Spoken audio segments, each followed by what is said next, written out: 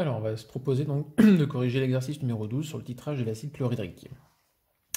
On souhaite vérifier donc la concentration d'une solution d'acide chlorhydrique en réalisant un titrage avec suivi pH métrique. Donc le dosage d'un volume V de 20 ml de solution de concentration C, qui reste inconnu, se fera par la soude, Na plus H- en milieu aqueux, de concentration CB, 1,0010-1. Faire le schéma du montage, première question.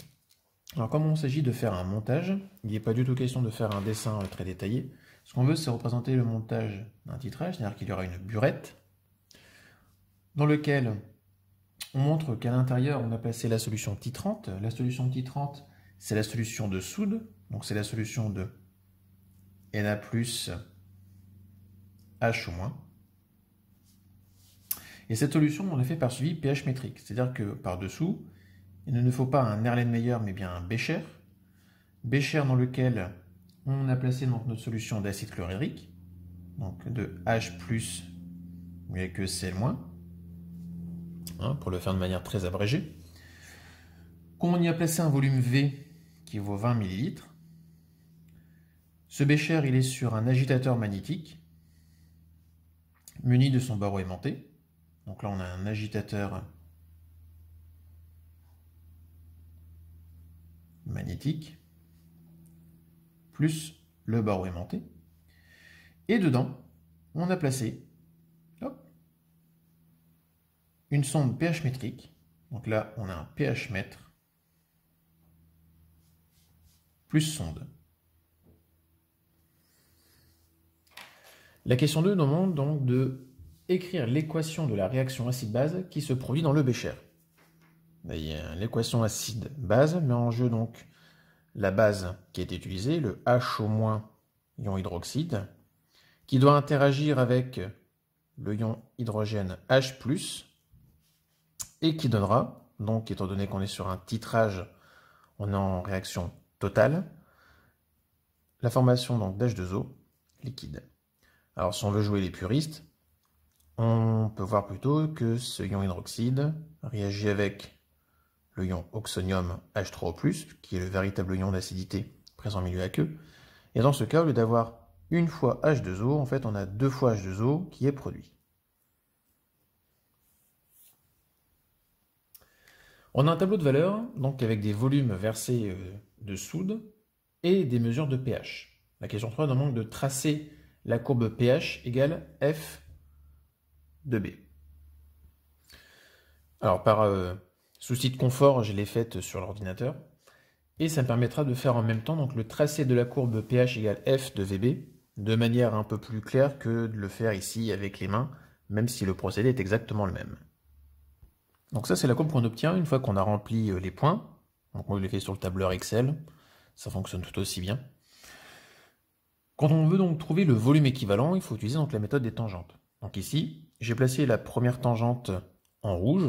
D'accord, c'est-à-dire que je me suis appuyé sur le premier virage en essayant de fabriquer la courbe droite la plus tangente possible. Et on vient faire glisser donc une parallèle à celle-ci, jusqu'à ce qu'on atteigne le deuxième virage de la courbe. Pac. Dès qu'on est dessus, on va donc tracer un segment. Alors le segment, on va le faire apparaître. Il s'agit donc d'un segment qui est perpendiculaire à ma deuxième parallèle et à ma première. D'accord? Donc ici, on va essayer de lui changer de couleur. Voilà, on va le mettre en vert. Ce segment, il faut le découper en deux morceaux égaux, de manière à faire glisser, donc, lorsqu'on sera sur sa médiane, la troisième parallèle qui passe en son centre. Et on obtient donc la méthode des tangentes qui passe par ici. Donc on a bien ici deux segments identiques, d'accord, parce que j'ai coupé finalement mon segment en deux. J'ai bien ma deuxième parallèle à la première qui s'appuie sur le virage, et une troisième parallèle qui vient ici couper donc ma courbe pile dans le saut de pH. On nous demandait de trouver donc le volume équivalent. Le volume équivalent sur un graphique comme celui-ci, c'est celui qui va se trouver donc sur l'abscisse. donc en abscisse, c'est-à-dire que je m'appuie ici sur l'intersection qui est entre les deux, je viens chercher la lecture graphique tout en bas, et par lecture tout en bas, ici, on va le mettre en violet, tac, on s'aperçoit que notre volume équivalent vaut 19 ml. Et enfin, la question 5, on demande d'exprimer, de calculer la concentration en quantité de matière d'acide. Alors on part sur la relation du fait que Ca, Va sur le coefficient stoichiométrique de A, est égal à Cb, Vb sur B, qui est le coefficient stoichiométrique, dans une relation de titrage. Si on l'applique ici donc, à notre réaction chimique, on a des coefficients stoichiométriques qui valent 1 devant chaque réactif. Donc on se retrouve à dire que le CaVa, donc c'est-à-dire A représentant l'acide, est égal à la concentration Cb de soude qu'on a versée, que multiplie le volume versé de soude à l'équivalent, ce fameux Ve. Donc nous on cherche le Ca. Ca donc est égal à Cb fois Ve divisé par Va. Et donc, moyennant le calcul avec les valeurs qu'on avait tout à l'heure, on a donc le 1, 0, 0, 10, moins 1, que multiplie donc 19 ml divisé par le volume de prise de tout à l'heure, les 20 ml. On se retrouve donc avec une concentration d'acide qui vaut 9,5, 10 puissance moins 2, mol, litre moins 1. Alors, on se propose ici de faire la correction du numéro 13 sur le titrage de l'ammoniac. Donc, dans l'énoncé, on a donc une solution d'ammoniac de NH3, utilisée en teinturerie pour raviver les couleurs, et on utilise donc le dosage d'un volume V de 20 ml d'une solution commerciale diluée 20 fois de l'acide chlorhydrique, de concentration Ca 5,10-2 mol litre moins 1. L'équation de la réaction vous est donnée, c'est le NH3 plus le ion oxonium H3+, qui donne de manière totale, donc le ion ammonium NH4+, plus de l'eau H2O qui est formé. On demande donc d'identifier les deux couples acide-base. Donc si on prend donc l'écriture des réactions chimiques, on a donc notre couple acide-base numéro 1, le plus facilement identifiable à mon sens. C'est donc le ion oxonium, on sait que c'est le ion qui est responsable de l'acidité, qui lui est en couple avec H2O, qui est donc l'amphotère. Si H3O+, est notre côté acide, eh bien l'eau, c'est la base conjuguée du couple. On sait qu'on fait des réactions acide-base, donc c'est-à-dire qu'un acide réagit avec une base, et donc, a fortiori, si H3O+ était un acide, NH3 est une base conjuguée de couple. Et on retrouve bien donc une définition de Bronsted, puisque l'acide NH4+, est une espèce susceptible de perdre donc un ion hydrogène H+, lorsqu'il devient donc une base conjuguée NH3. Déterminer le volume à l'équivalence. Par la méthode des tangentes, on arrive à trouver donc un volume équivalent qui vaut 11,8. Donc pour rappel de la méthode des tangentes, il s'agit donc, en s'appuyant sur un virage, de tracer une tangente, de la faire glisser en parallèle jusqu'au second virage. Lorsqu'on a donc nos deux parallèles, on trace entre elles un segment perpendiculaire. Ce segment, on le divise en deux parties égales. Il y a la division en deux parties égales. Lorsqu'on a donc cette troisième parallèle qui se forme, elle coupe notre graphique. Notre graphique, auparavant, si on le fait apparaître, on a donc une courbe qui est ici. La lecture graphique, les 11,8. Hop. Ici. Donc à 11,8, on pourrait même arrondir avec la présentation que je viens de faire, 12 ml pour le volume équivalent. Question 3, on demande d'en déduire la concentration de l'ammoniac dilué et ensuite la solution commerciale. Alors déjà, donc, on va appeler Cb la solution diluée, C0 la solution commerciale, de manière à ce qu'on s'y retrouve un peu mieux dans les calculs. Dans une relation de titrage, on a toujours la relation que CaVa, sur son coefficient stoichiométrique petit a, est égal à CbVb, sur son coefficient stoichiométrique petit b. Maintenant, on va identifier les espèces A et B. Donc aussi, on a l'avantage que dans l'exercice, on nous propose Ca pour l'acide avec son volume versé à l'équivalence, puisque c'est lui qui a été versé.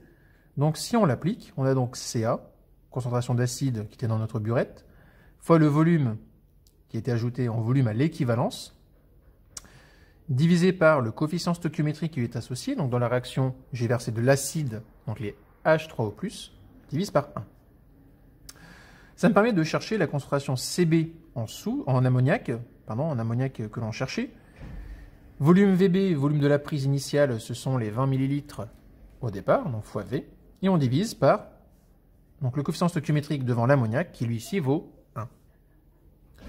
On a donc une relation qui nous permet de retrouver Cb, qui serait égal à Ca fois Ve, divisé par V. Moyennant calcul, on obtient donc que Cb est à 3,0 10 puissance moins 2 mol litre moins 1. On doit trouver aussi la concentration de la solution commerciale. On sait que la solution commerciale d'ammoniac est diluée 20 fois. Puisqu'elle est diluée 20 fois, c'est-à-dire que C0 est 20 fois plus concentrée. Et à raison d'être 20 fois plus concentrée, elle vaut 6,0 10 puissance moins 1 mol litre moins 1. Donc, on se propose ici de corriger l'exercice numéro 30 sur le titrage d'un détartrant pour cafetière. L'acide sulfaminique, donc de formule NH2SO3H, à l'état solide, est un solide blanc à température ambiante qui est utilisé pour détartrer les cafetières. On verse le contenu d'un sachet de masse M égale 1 g d'acide sulfamique dans une fiole jaugée de volume V' 100 ml et on complète avec de l'eau distillée jusqu'au trait de jauge. On dose 20 ml de la solution avec de la soude de concentration C', 0,100.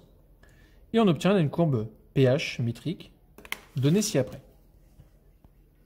Vérifier la pureté de la poudre contenue dans le sachet du détartrant. Alors, première idée, je pense que ce qui serait intéressant de faire, c'est de travailler sur un brouillon avec le schéma de la situation, donc notre burette.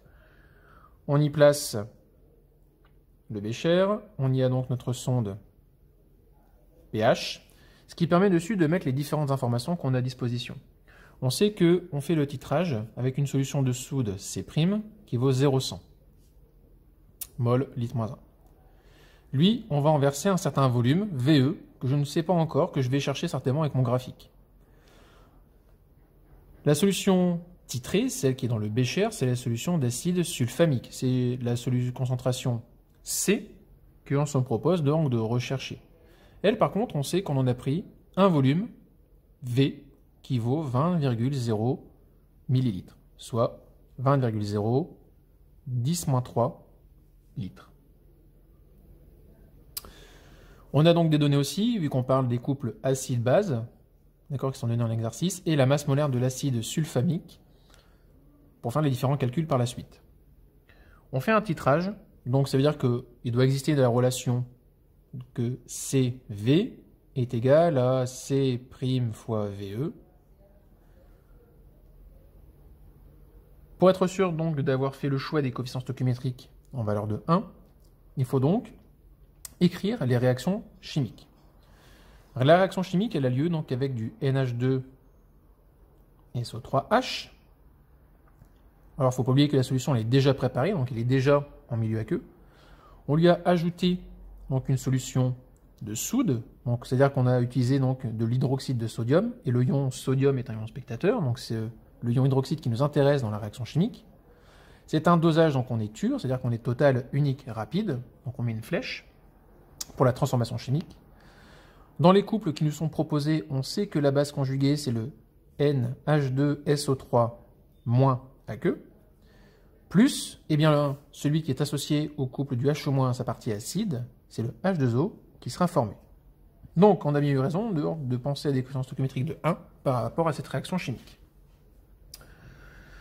Maintenant qu'on a donc la bonne formule avec la bonne réaction, on sait que notre concentration C, elle sera donc écrite de C' fois VE divisé par V. On va le plus loin possible avec le calcul littéral et seulement après on va émettre les valeurs. Le VE, on le trouve sur le graphique par la méthode des tangentes.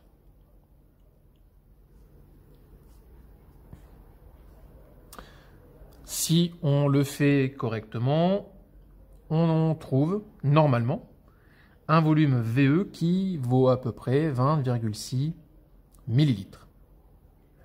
Moyennant donc le calcul, on peut donc maintenant inscrire qu'on a donc 0,100 fois 20,6, 10-3 litres. On le divise par le volume V qui vaut 20,0, 10-3 litres.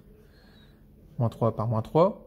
Donc c'est là qu'on s'aperçoit et on comprend facilement que dans une ration de titrage, on pourrait simplement utiliser les volumes tels qu'ils sont en millilitres. Donc on a fois 20,6 divisé par 20. Et on obtiendrait une concentration expérimentale pour la cafetière en solution qui vaut 0,103 mol litre moins 1. Mais ça me donne la concentration suite au titrage. Nous, ce qu'on veut, c'est vérifier la pureté de la poudre. Donc si on doit vérifier une pureté, il nous faut calculer donc au préalable, ou là maintenant, la concentration théorique obtenue pour une solution d'acide sulfamique qu'on aurait préparée. La solution qui est préparée, donc soit CTH, la concentration en acide sulfamique préparée. Lorsqu'on va préparer cette solution, on a donc travaillé en utilisant non pas une quantité de matière, mais une masse. Ce qui fait que dans mon calcul donc de C est égal à N sur V, il me faut faire apparaître la masse de la poudre qui est évoquée ici là-haut. Donc on a la masse divisée par la masse molaire, et ça tombe bien, je vais retrouver une donnée qu'on m'a donnée dans l'énoncé, fois le volume qui reste au dénominateur parce que je n'y ai pas touché. J'ai la masse du sachet, les 1 g, divisé par la masse molaire qui m'a été donnée, ce sont les 97,1, fois le volume V, et en fait c'est un volume V', puisque c'est le volume qui est donné ici pour la fiole, donc 100, 10-3, et moyennant aucune erreur à la calculatrice, on s'aperçoit que la concentration de la solution qui a été formée est à 0,103 mol litre moins 1. Les deux calculs correspondent, donc la poudre d'acide sulfamique est pure. Correction donc de l'exercice 33 sur le dosage des ions dans une eau de brassage. Donc il s'agit ici donc de travailler sur un dosage de conductivité, de conductimétrie. En brasserie, donc les bières sont toutes produites selon le même procédé, mais cependant l'eau qu'on a utilisée va apporter certaines caractéristiques au goût. Nous ici on va faire le dosage d'un volume V0 de 100 ml d'eau de brassage par une solution de nitrate d'argent, donc Ag+, et NO3-, en milieu aqueux, de concentration C2 10 millimol litre moins 1. L'équation de réaction vous est proposée, donc elle est de Ag+, plus Cl- donnera AgClS. Ça veut dire qu'on va former un précipité solide, c'est-à-dire que les deux espèces aqueuses vont former une espèce solide blanche qui va apparaître dans le milieu. Notre but, c'est de déterminer si cette eau de brassage convient pour la fabrication de la bière. Donc moyennant, effectivement, de rechercher et d'utiliser les données à droite par la suite. Avant toute chose, on va donc faire le titrage. Donc pour rappeler qu'ici, donc on a une burette, que dans la burette, on a mis les ions argent et nitrate, qu'en dessous, dans un Erlenmeyer, ou un bécher avec une sonde,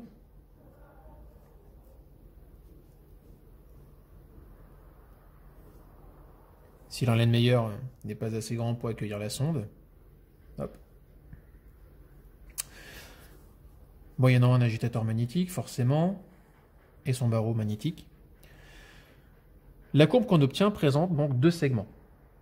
Donc, avec les deux segments, de manière très schématique, j'espère que vous serez plus appliqué pour le réaliser, on a donc un premier segment comme ceci. On a un deuxième segment avec le reste des points qui passerait par le maximum de points. Et l'intersection des deux va nous donner l'information du volume équivalent. C'est-à-dire que la rupture provoquée par les deux segments donne l'équivalence. Alors ici, je ne me suis pas très bien appliqué, mais en préparation, le VE équivalent que l'on trouve, il est de 12,0 ml précisément. Travaillé graphiquement. On sait que notre volume de prise V0, il est de 100 ml. Donc il est à 110 puissance moins 3 litres. Dans la réaction chimique, on a des coefficients de 1 stoichiométriques. Donc on sait très bien que la concentration d'Ag+, qui multiplie le volume versé à l'équivalence, sera égale donc la concentration des ions Cl- recherchés, fois le volume V0 de prise. Alors quand on écrit les C, on peut très bien aussi trouver une autre écriture, hein, c'est d'utiliser donc les crochets pour les ions, qui revient donc à la même identification, hein, c'est simplement l'écriture qui change un petit peu. Moyennant donc le calcul, on transforme la formule. Ici, la multiplication par V0 me dérange, vu que je veux isoler la concentration. J'en reviens donc à dire que c'est la concentration d'Ag+, que multiplie VE, divisé par V0. Maintenant que j'établis ma formule littérale, je peux donc travailler avec mon calcul de valeur. Et j'obtiens une valeur à 1,0, 10 puissance moins 3, mol litre moins 1. Mais ça, c'est ma concentration molaire. J'aurais besoin, si je prends donc les données qui sont données dans les différents types de bières, le document juste à côté, de travailler en milligrammes par litre, c'est-à-dire que je cherche une concentration massique. La relation qui existe entre une concentration molaire et une concentration massique, on pourra noter gamma, elle est reliée en fait avec la masse molaire. Et cette relation, c'est-à-dire que gamma, c'est la concentration molaire que multiplie la masse molaire. Les mols par litre multipliés par des grammes par mol, les mols s'élimineraient, il ne reste donc que des grammes par litre. On fait le calcul, on s'aperçoit que gamma est égal donc à 35,5 mg litre moins 1. Ce qui, au vu du document, ne permet pas de fabriquer une bière brune.